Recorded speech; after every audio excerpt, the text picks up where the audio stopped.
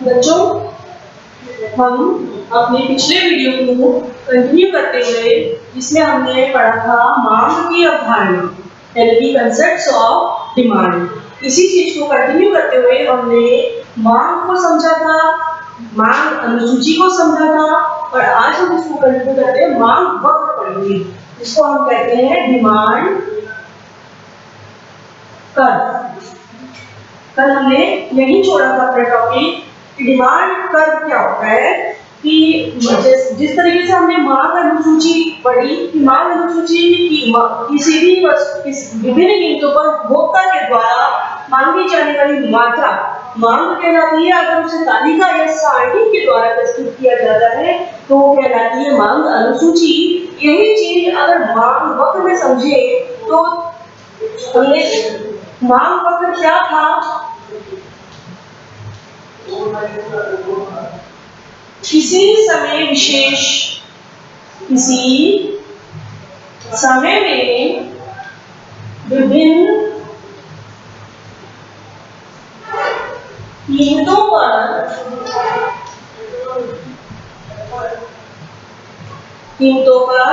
उपभोक्ताओं द्वारा या उपभोक्ता द्वारा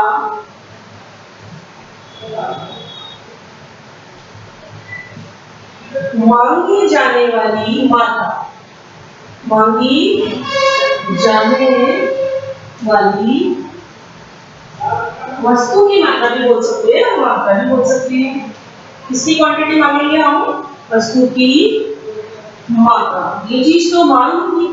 अगर यही चीज हम सारणी या तालिका के रूप में देखें तो ये बन जाती है मांग अनुसूची। अब इस मात्रा को हम किसके द्वारा, एक वक्र के रूप में या रेखाचित्र के रूप में या ग्राफ के रूप में, मांगी जाने वाली वस्तु की मात्रा को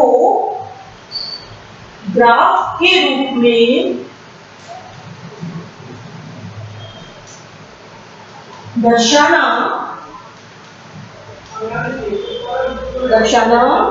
क्या कहलाता है? मांग वक्र कहलाता है।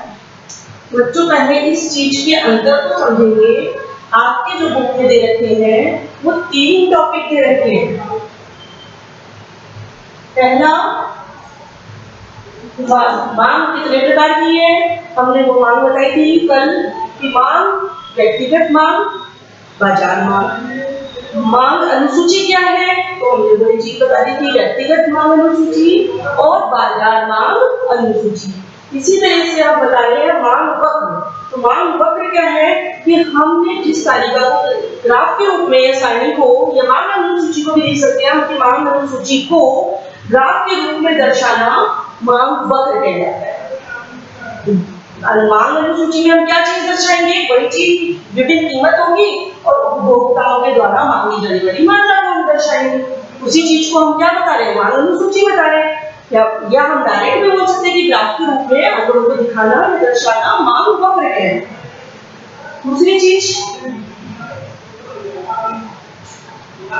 मांग वक्र के प्रकार, जो हमने कल थोड़ा सा सारांश थोड़ा सा समझा था कि मांग वक्र के प्रकार।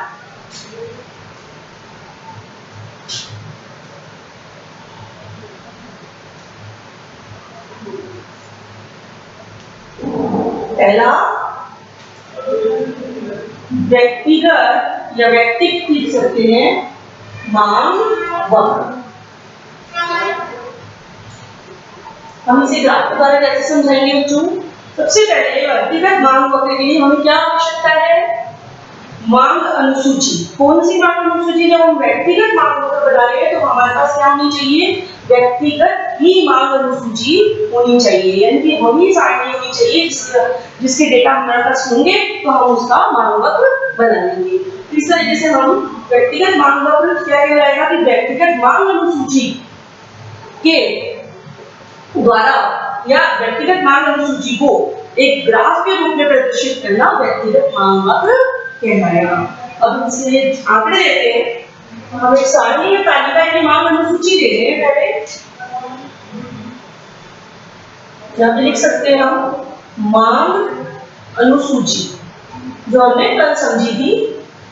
कौन सी मांग अनुसूची है? हमने 2 प्रकार की पढ़ी थी। हम व्यक्तिगत मांग वक्र बनाए तो यहाँ पर भी क्या लिखेंगे, व्यक्तिगत मांग अनुसूची। क्या लिखना है हमें, व्यक्तिगत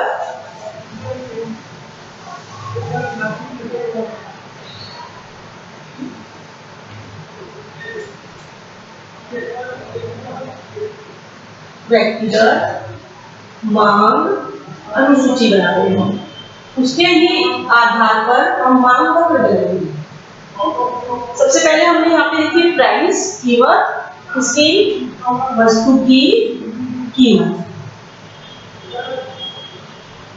जिसे हम पी लेंगे। ठीक है, इसी तरह से वस्तु की, आप किसी भी चीज की आप उदाहरण जैसे सेब, अनार, कोई सा भी किसी चीज का नाम लेकर के लिख सकते हो। मैं सिर्फ वस्तु लिख रही हूँ, वस्तु की मात्रा। मात्रा कौन सी, मांगी जाने वाली मात्रा क्यू। ठीक, हमने कल भी यही कीमत रखी थी।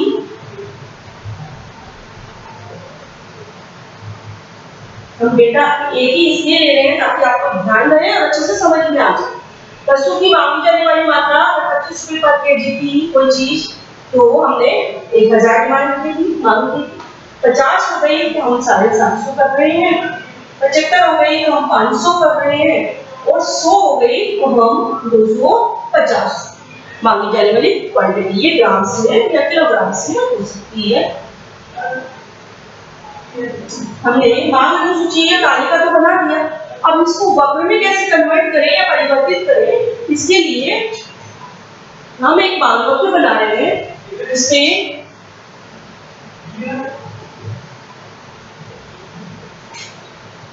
ओ एक्स लेंगे और ओ वाई। ओ एक्स पर हम क्या रखेंगे, वस्तु की मांगी जाने वाली मात्रा। क्या रखेंगे, वस्तु की मात्रा, जिसे हम शॉर्ट में लिख सकते हैं ब्रैकेट में डाल के क्यू, क्वांटिटी। इसी तरह से हम लिख सकते हैं वस्तु की कीमत ओ वाई पर,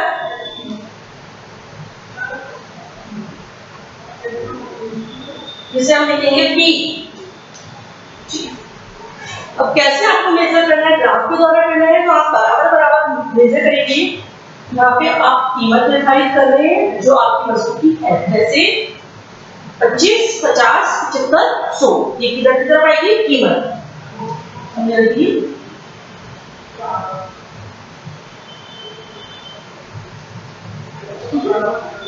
इसी तरह से हम वस्तु की मात्रा में प्रयोग करेंगे। कैसे रहेंगे कि अब सबसे छोटी जो यूनिट है, सामने पता चला 250 है, सबसे बड़ी 1000 है, तो हम वही क्या ग्राफ के अंदर या बराबर बराबर स्केल की सहायता से मेजर करके लिख सकते हैं। 250, 500, 750 और 1000 ग्राम, ये वस्तु की जो मात्रा बताए हैं वो नीचे। यानी कि जब आप इस मांग वक्र को नीचे, जब आप इस मांग वक्र के बारे में लिखेंगे तो आप यही लिखेंगे कि ओ एक्स पर मांग वक्र क्या बताया है, वस्तु की मात्रा, और ओ वाई अक्ष पर वस्तु की कीमत दर्शाई गई।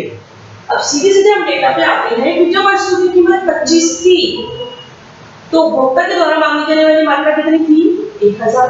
और यहीं पे चलेंगे, जब उपभोक्ता इस कीमत पर यानी 25 रुपए की कीमत पर कितनी डिमांड कर रहा था, 1000, तो आप स्केल की सहायता से यहाँ डॉट लगाएंगे। इसी तरह जब उपभोक्ता 50 रुपए कीमत पर 750 ग्राम वस्तु की मात्रा मांग रहा है, तो हम कैसे दिखाएंगे, 50 रुपए कीमत क्या है ये और 750 डिमांड है, तो हम थोड़ा सा ऊपर चलेंगे और स्केल की सहायता से अपने पॉइंट्स को यहाँ बनाएंगे। इसी तरह से जब 75 है तो 500, 75 रहेगी कीमत और हमारी 500। जब 100 रुपए कीमत हो गई तो हमने क्वांटिटी 250 कर दी, यानी कि 4 का। तो जो ये बिंदु निकल कर आ रहे हैं या जो ये अब जो हमारे पॉइंट्स बने हैं वो क्या कहलाएंगे, ये जो है आप स्केल की सहायता से लिख सकते हैं, और ये जो पॉइंट है निकल के आए हैं इनको हम मांग वक्र कहते हैं। ये जो मांग रेखा बनी है यही क्या कहलाया जाता है, व्यक्तिगत मांग वक्र, इनकी मांग रेखा डी आप देख सकते हैं। डिमांड डी का मतलब क्या है यहाँ पर, यहाँ डी क्या है, डिमांड यानी कि मांग। डी क्या है, मांग। यहाँ से लेकर यहाँ तक जो भी वस्तु की, व्यक्तिगत वस्तु की मांग जाने वाली मात्रा को प्रदर्शित कर रहा है यह वक्र यही बता रहा है कि जब वस्तु की कीमत कम थी तो उपभोक्ता ज्यादा डिमांड कर रहा है। जैसे ही वस्तु की कीमत बढ़ रही है तो उपभोक्ता अपनी वस्तु मांगी जाने वाली मात्राओं को कम कर रहा है, जो हमने सारणी में भी समझाया है, तालिका से भी समझ सकते हैं। और इसी आंकड़ों को हमने ग्राफ के रूप में यहाँ प्रदर्शित किया गया है। तो ये क्या कह रहा है कि जब व्यक्तिगत मांग सूची को ग्राफ के द्वारा समझाया जाता है या दर्शाया जाता है तो वो किसमें बदल जाता है, व्यक्तिगत मांग वक्र में बदल जाता है। वक्र मतलब कर्व जो हमने ये बनाया। कहने का मतलब है कि हम जब ये जो मांग वक्र है इसमें जो बता रहे हैं वो बता रहे हैं डी क्या है, एक मांग वक्र है जिसके अंतर्गत जब उपभोक्ता कम कीमत पर वस्तु की मात्रा ज्यादा लेता है और ज्यादा कीमत पर वस्तु की मात्रा कम लेता है तो ये दोनों संबंध बताता है, कीमत और वस्तु की मात्रा। तो ये जो मांग वक्र है ये वस्तु की कीमत और मांगी गई मात्रा को प्रदर्शित करता है। इस तरीके से हम व्यक्तिगत मांग सूची को व्यक्तिगत मांग वक्र में कैसे बदलते हैं ये आप चीज देख रहे हैं। आपकी बुक में भी है ये चीज, आप किताब में भी अच्छे देख सकते हैं और इसको अच्छी तरह इसको बुक लेकर के साथ ही इस वीडियो के साथ बुक के साथ पढ़े तो ज्यादा अच्छी तरह समझ में आ जाएगा। ठीक है बच्चों, इसी तरह से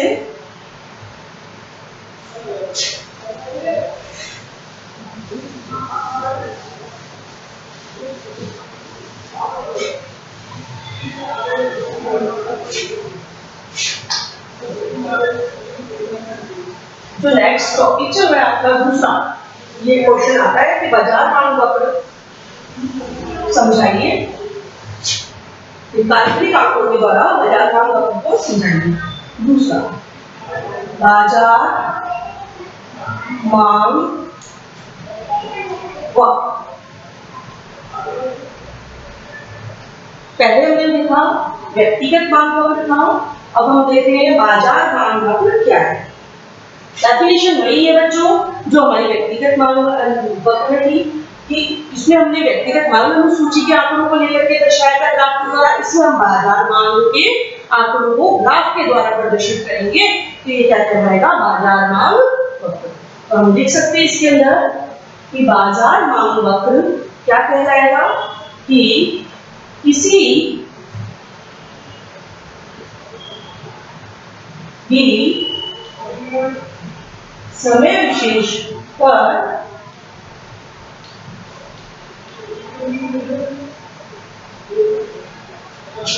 बाजार मांग अनुसूची को ग्राफ या रेखाचित्र के माध्यम से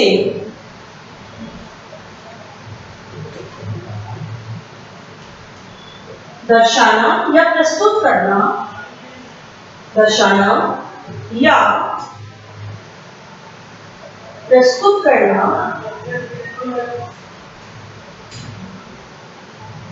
क्या कहलाएगा, बाजार मांग वक्र। बाजार मांग वक्र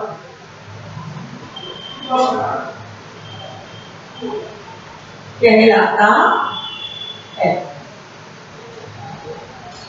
देखो दिखने में एक जैसा दिख रहा है लेकिन अंतर कहाँ आ रहा है कि पहले हमने बाजार व्यक्तिगत मांग वक्र पढ़ा, अब बाजार मांग वक्र। बाजार में हम ये मान लेते हैं कि एक उपभोक्ता नहीं होता है, काफी उपभोक्ता होते हैं, बहुत सारे होते हैं जो अपनी अपनी विभिन्न कीमतों पर अपनी वस्तुओं की मात्रा का मांग करते हैं। तो हमने कल भी समझाई थी जब अनुसूची बनाई थी कि माना कोई उपभोक्ता दो है दो की जब डिमांड एक हो जाती है मिलकर के योग कर देते हैं हम, क्षैतिज योग जो कहलाता है उपभोक्ताओं का, उसे हम बाजार मांग कहते हैं। ठीक है, इसमें इंपॉर्टेंट चीज है कि आप बाजार मांग पढ़ रहे हैं तो बाजार मांग अनुसूची की ही विशेष भूमिका है। ठीक है, दूसरी वक्र बनाना है तो ग्राफ का होना जरूरी है। अगर ये दो चीज है तो हम क्या करेंगे, बाजार मांग वक्र को आसानी से दर्शा सकते हैं। जैसे अभी हम सारणी बताते हैं। अब सारणी इसके लिए जब हम बाजार मांग वक्र बना रहे तो सारणी कौन सी चाहिए हमें, कौन सी अनुसूची चाहिए हमें? जाहिर सी बात है कि जब बाजार की बात चल रही है तो बाजार मांग अनुसूची ही बनेगी। हम यहाँ पर सारणी बना रहे हैं, बाजार मांग अनुसूची।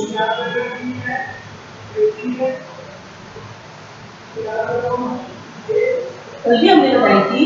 अब हम मान रहे हैं यहाँ पर कि माना बाजार में दो उपभोक्ता है, ठीक है।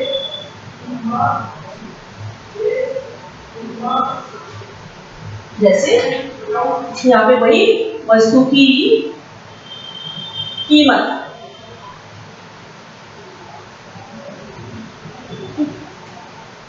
ए द्वारा वस्तु की मात्रा, क्यों लिख सकते हैं शॉर्ट में। इसी तरह से बी द्वारा वस्तु की मात्रा, ठीक है। अब वस्तु की कीमत हो गई, क्वांटिटी हो गई, मांग में ये दोनों चीजें चाहिए। दूसरी बात है कि हम क्या लिख रहे हैं, बाजार मांग। बाजार मांग कैसे बनेगी, बाजार मांग कैसे बनेगी, जब सभी उपभोक्ता विभिन्न कीमतों पर एक ही चीज की डिमांड कर रहे हैं, मांग कर रहे हैं, तो वह यानी उनका योग क्या कहलाएगा, बाजार। कि सभी उपभोक्ता उसी वस्तु की डिमांड कर रहे हैं विभिन्न कीमतों पर। कीमत हमने वही रखी है, बढ़ती हुई कीमत रख रहे हैं और क्वांटिटी को घटती हुई बता रहे हैं। ए के द्वारा हम वही वाले डेटा रख सकते हैं। मांग रहे थे हम 1000 ग्राम, 750 ग्राम, 500 ग्राम। आप इमेजिनेशन से ले सकते हैं। आपको सिर्फ इतना ध्यान रखना है कि कीमत बढ़ती हुई दिखानी है और क्वांटिटी को घटता हुआ दिखाना है। इसी तरह से बी के द्वारा भी मांगी हुई डिमांड हम लिख सकते हैं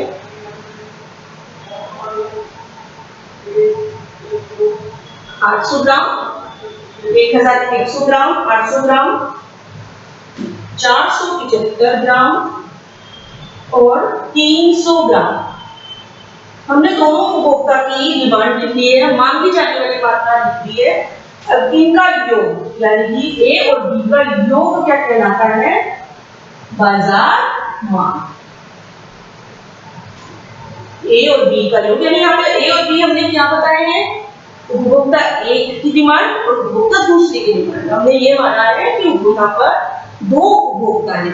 ये क्या माना है कि यहाँ पर उपभोक्ता दो हैं जिनकी हमने डिमांड की है, या उपभोक्ता के द्वारा, दोनों उपभोक्ताओं के द्वारा विभिन्न कीमतों पर डिमांड की जा रही है। कैसे, अब इनका बाजार नाम हमने कल भी समझाया था कि कैसे बाजार नाम बनेगी कि 1000 और 1100 दोनों को आप जोड़ेंगे, कन्वर्ट हो गया, बदल गया। इसी तरह से 1550 ग्राम, 975 ग्राम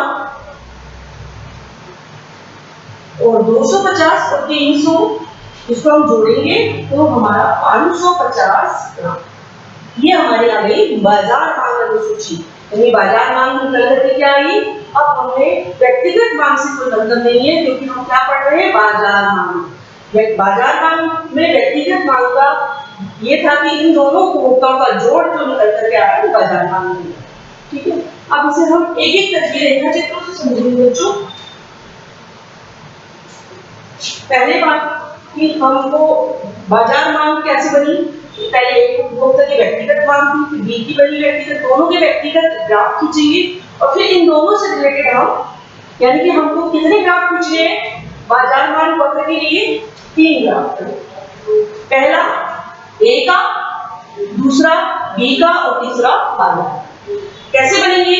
हम जब ए का मांग वक्र बना रहे हैं, यहाँ लिखेंगे ऊपर कि ए का मांग वक्र, जो पर्टिकुलर ए लिख रहे हैं इसका मतलब व्यक्तिगत मांग वक्र है। ठीक है, कैसे बनेगा? वही OX और O1 दो अक्ष तो बनेंगे बनेंगे।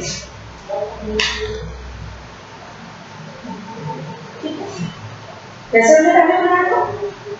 वही वस्तु की कीमत, प्राइस, हम यहाँ पे लिख सकते हैं कीमत शॉर्ट में, वस्तु की कीमत और वस्तु की मात्रा Q। डेटा वही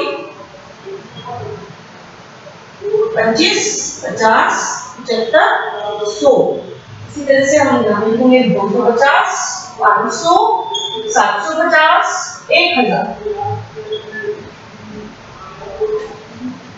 पहले का जो एक उपभोक्ता डिमांड वाला वक्र है वो हमारा बिल्कुल व्यक्तिगत मांग वक्र का बनेगा, क्योंकि हमने डेटा भी वही दी है, सीधे वैसे ही बनेगा। हम इसको जल्दी से खत्म करते हैं।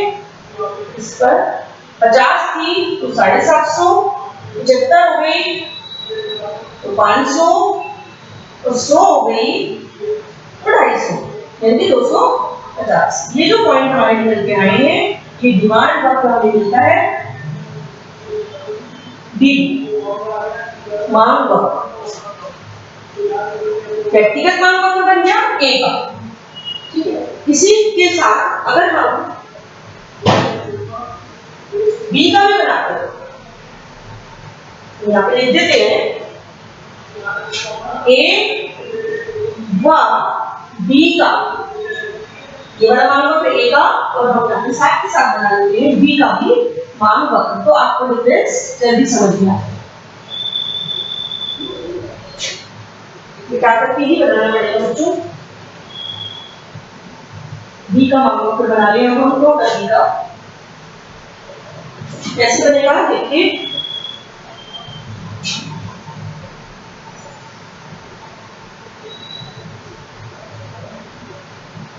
क्यू पी कीमत वही है,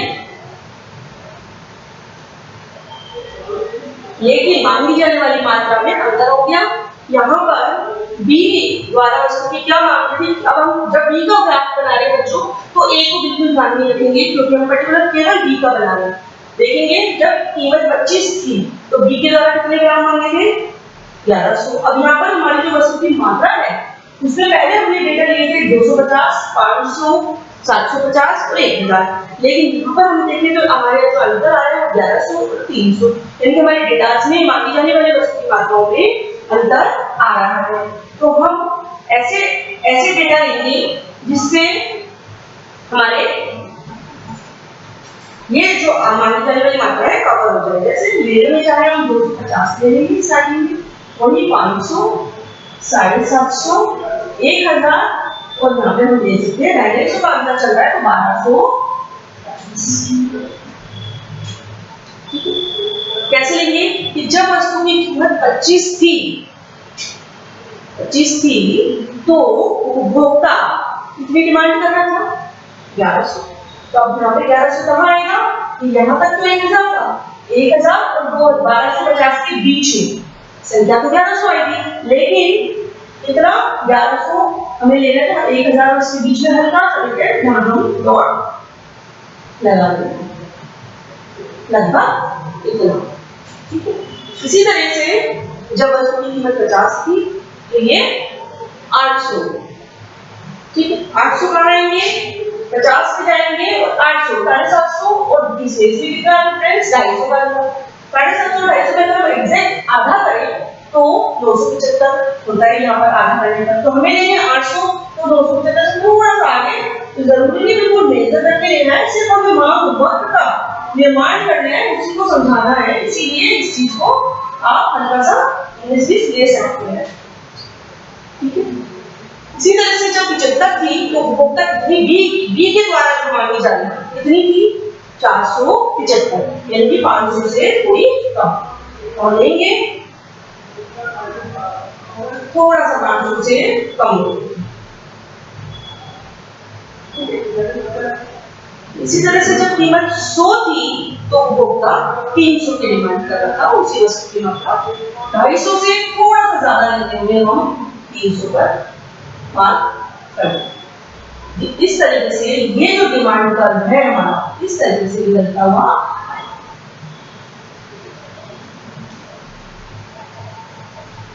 वही चीज आपको पूरा बताना है कि यहाँ पर ओ वाई क्या है, ओ एक्स क्या है, डी डी क्या है।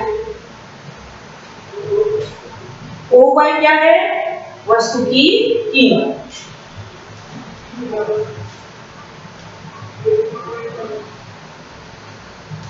इसी तरह से ओ एक्स अक्ष पर क्या है, वस्तु की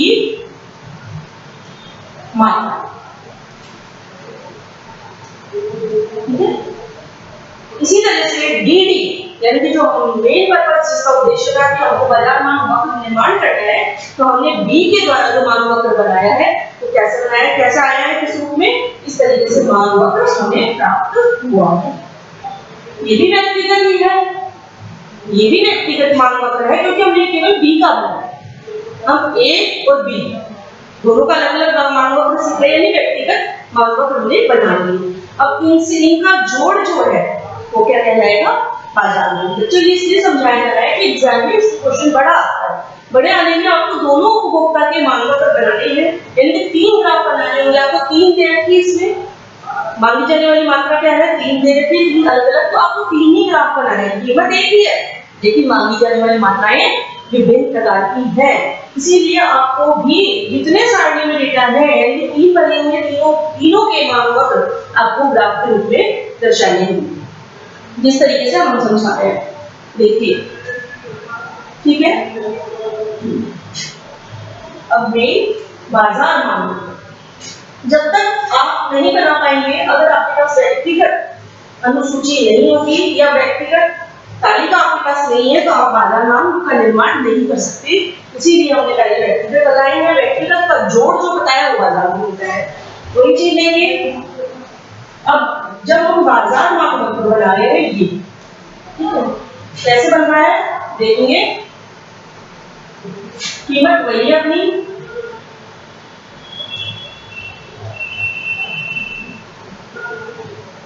प्राइस। अब वस्तु की मात्रा को कैसे बताना, सबसे छोटी डिजिट जो है नंबर है 550 और सबसे बड़ी 2100 है।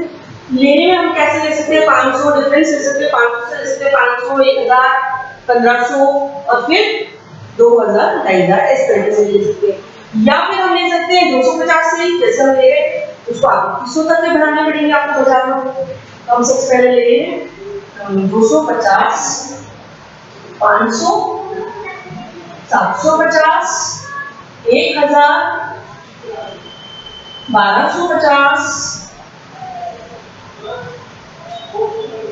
1500, 1750,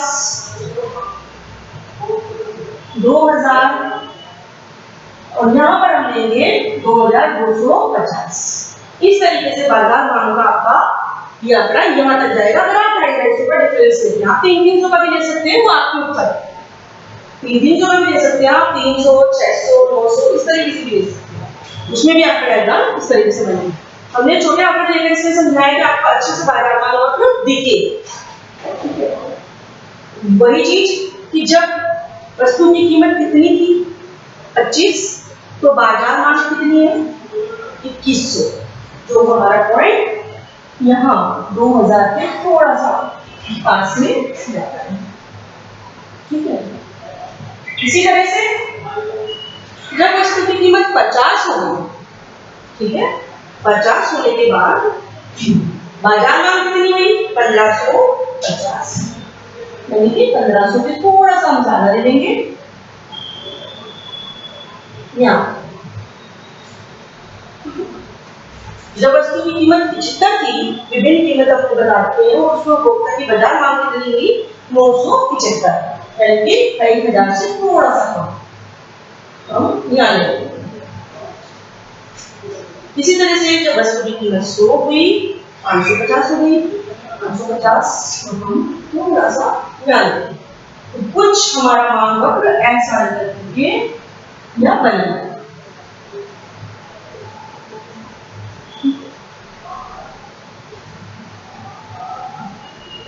मांग वक्र बन रहा है। अंतर क्या देख रहे हैं हम कि वह मांग वक्र जो था वो था व्यक्तिगत मांग वक्र, यानी ए और बी का बना, इन दोनों का जोड़ जो हमने इस तरीके से बनाया, ये क्या कहलाएगा? बाजार मांग वक्र। वक्र वैसे ही है, ऊपर से नीचे की ओर गिरता हुआ, यानी कि ऋणात्मक। मांग वक्र का ढाल इंपॉर्टेंट चीज है कि मांग वक्र का जो ढाल है वो हमेशा ऋणात्मक कहलाएगा, ऋणात्मक होगा, क्योंकि मांग का जो नियम है वो वस्तु की कीमत और वस्तु की मांगी गई मात्रा पर प्रभाव डालता है। तो हमने बच्चों बाजार मांग वक्र को एक सारणी या अनुसूची या हम तालिका बोले, इनकी सहायता से एक ग्राफ के रूप में प्रदर्शित किया है, जो हमें प्राप्त होता है बाजार मांग वक्र। आप यहाँ पर भी ये बताएंगे कि ओ वाई अक्ष पर क्या है, ओ एक्स अक्ष पर क्या है और डी डी क्या है। पिछले में आप लिख सकते थे डी डी मांग वक्र तो है, लेकिन किसका?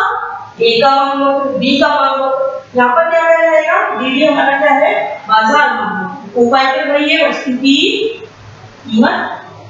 हम इसको बार बार इसलिए समझा रहे हैं कि आपके दिमाग में बैठ जाए कि यहाँ पर जो आती है ओ वाई अक्ष पर वो हमेशा वस्तु की कीमत को दिखाती है, तो ओ एक्स अक्ष पर वस्तु की मात्रा। ठीक है बच्चों, अब डी डी यहाँ पर क्या है? मांग वक्र तो है, मांग वक्र वही आया है, लेकिन कौन सा? बाजार मांग वक्र, जिसे जो हमें कैसे प्राप्त हुआ था? उपभोक्ता ए और उपभोक्ता बी के द्वारा मांगी गई वस्तु की मात्रा, इन दोनों का क्षैतिज योग, क्षैतिज तो ऐसे योग नहीं करेंगे, इसमें ऐसे योग करेंगे, इन दोनों का क्षैतिज हॉरिजॉन्टल होते हैं, इनका योग क्या कहलाएगा? बाजार मांग कहलाएगा। ठीक है, बाजार मांग के अंतर्गत हमने इस वक्र को बनाया और समझा। फिर अकॉर्डिंग बच्चों, अब आपने जब व्यक्तिगत मांग वक्र समझ लिया तो बाजार मांग वक्र बनाना बिल्कुल सरल हो जाता है, आसान हो जाता है।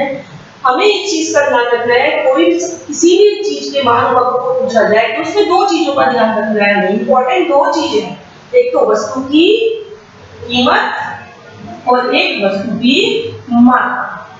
इन दोनों को आप ध्यान में रखते हुए अपने वक्र को दर्शाएंगे तो आपका ग्राफ बिल्कुल सही बनेगा। वस्तु की कीमत हमेशा बढ़ती हुई बताइए और मांगी जाने वाली मात्रा को घटती हुई बताइए, तो आपका मांग वक्र हमेशा ऋणात्मक बनेगा। और इसी तरह से आपको जो दिख रहा है इस तरीके से ग्राफ बन करके आपका ऑटोमेटिक आएगा। आप इसमें अपने अकॉर्डिंग भी कोई भी डेटा ले सकते हैं, डेटा को लें और अपने आप एक ग्राफ की रचना करें, बनाएं और उसमें मांग वक्र देखें कि कैसा हमारा निकल के आ रहा है। व्यक्तिगत मांग वक्र का निर्माण करने का है, डेटा आप कुछ भी ले सकते हैं, व्यक्तिगत, दो व्यक्तिगत, तीन व्यक्तिगत, जितने भी आप उपभोक्ताओं के द्वारा दिखाना चाह रहे हैं उन सबका जोड़ बाजार मांग को दिखा करके काल्पनिक आंकड़ों के द्वारा आप अपने मांग वक्र का निर्माण कर सकते हैं। ये अभ्यास के लिए आपके लिए बहुत अच्छा है कि आप अपने आंकड़ों को बनाइए, इमेजिनेशन से आंकड़े लीजिए और मांग वक्र का निर्माण कीजिए। तो आपको प्रैक्टिकली मालूम पड़ेगा कि बाजार मांग वक्र का निर्माण जो होता है वो किस तरीके से किया जाता है। आसानी से आप समझ सकते हैं इस वक्र को, जब आप खुद प्रैक्टिकली इस आंकड़ों को लेंगे और बनाएंगे तो बहुत ही आसान लगेगा आपको मांग वक्र। ठीक है बच्चों, इस तरीके से हमने आज मांग वक्र के प्रकार को अध्ययन किया, इनको समझा प्रैक्टिकली, आंकड़ों और सूची, तालिका, वक्र के द्वारा इनको समझा, तो इनके द्वारा मांग वक्र कैसे रचना की जाती है, निर्माण किया। अब हम जो आपको अगले वीडियो में बताएंगे कि मांग वक्र को निर्धारित करने वाले ऐसे कौन से इंपॉर्टेंट तत्व होते हैं जिनके द्वारा मांग वक्र बनाया जाता है। तो इस तरीके से आप अपने इस मांग वक्र इंपॉर्टेंट है, इसको आप अच्छे से पढ़ें और अगले वीडियो में इस मांग वक्र के निर्धारक तत्वों को और भी अच्छी तरह से समझेंगे इन वक्रों की सहायता से।